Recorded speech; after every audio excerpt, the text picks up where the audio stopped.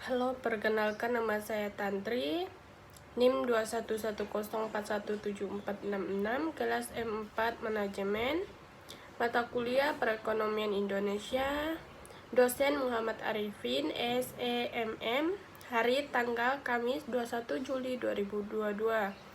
Di sini saya akan menjawab soal ujian dari Perekonomian Indonesia. Yang pertama, kenapa perlu dilakukan otonomi daerah di Indonesia? Jelaskan. Karena sebuah sistem penyelenggaraan pemerintah baru yang disebut dengan otonomi daerah dan merupakan strategi pembangunan serta pemberdayaan daerah sesuai dengan perkembangan dan kondisi masyarakat Indonesia saat ini yang sedang berjalan dalam rangka mengembangkan demokrasi di berbagai segi. Strategi ini diterapkan sebagai counter terhadap terjadinya krisis ekonomi dan kepercayaan yang kemudian berimbas pada penghentian kekuasaan politik di Indonesia. Pertanyaan nomor 2. Apa yang dimaksud dengan penerimaan negara dan pengeluaran negara? Jelaskan. Penerimaan negara adalah setiap anggota masyarakat menginginkan kemakmuran material dan spiritual dalam arti dapat terpenuhi keinginan atau kebutuhannya yang selalu berkembang. Maka bagi masyarakat sebagai keseluruhan menghendaki keamanan termasuk kestabilan, keadilan dan kemakmuran. Di sini negara dalam kegiatannya ditunjukkan untuk mencapai tujuan tersebut agar keinginan masyarakatnya terpenuhi. Pengeluaran negara adalah pengeluaran pemerintah masyarakat, pengeluaran untuk membiayai program-program di mana pengeluaran itu ditunjukkan untuk mencapai kesejahteraan masyarakat secara keseluruhan. Pertanyaan nomor 3. Bagaimana indeks pembangunan manusia (IPM) yang baik menurut Anda?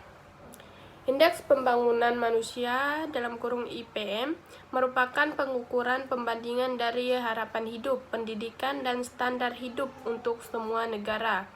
IPM digunakan sebagai indikator untuk menilai aspek kualitas dari pembangun dan untuk mengklarifikasikan apakah sebuah negara termasuk negara maju, negara berkembang, atau negara terbelakang, dan juga untuk mengukur pengaruh dari kebijakan ekonomi terhadap kualitas hidup.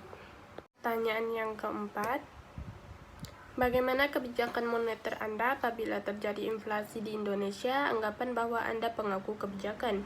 Jawabannya adalah kebijakan moneter bisa membuat target tentang tingkat inflasi, suku bunga, dan nilai mata uang.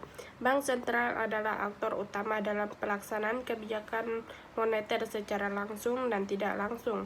Contoh dari kebijakan moneter langsung adalah mencetak uang baru, memberikan saldo perusahaan swasta atau negara, merombak sistem perbankan, mengambil alih urusan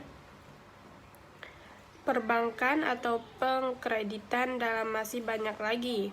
Bank sentral ikut serta dalam pendaraan uang dan lalu lintas kredit perbankan. Pertanyaan yang kelima, bagaimana tanggapan Anda perekonomian Indonesia dalam era globalisasi? Memahami ekonomi dunia pada dasarnya memahami kondisi perekonomian suatu negara. Yang satu sisi akan mempunyai keterkaitan pengaruh kepada kondisi ekonomi nasional. Bagi seseorang ekonomi, kondisi global harus menjadi perhatian agar segala hambatan ekonomi nasional mampu diatasi dan juga pencapaian tujuan ekonomi akan mudah terpenuhi. Baiklah, sekian dari atas jawaban saya ucapkan terima kasih.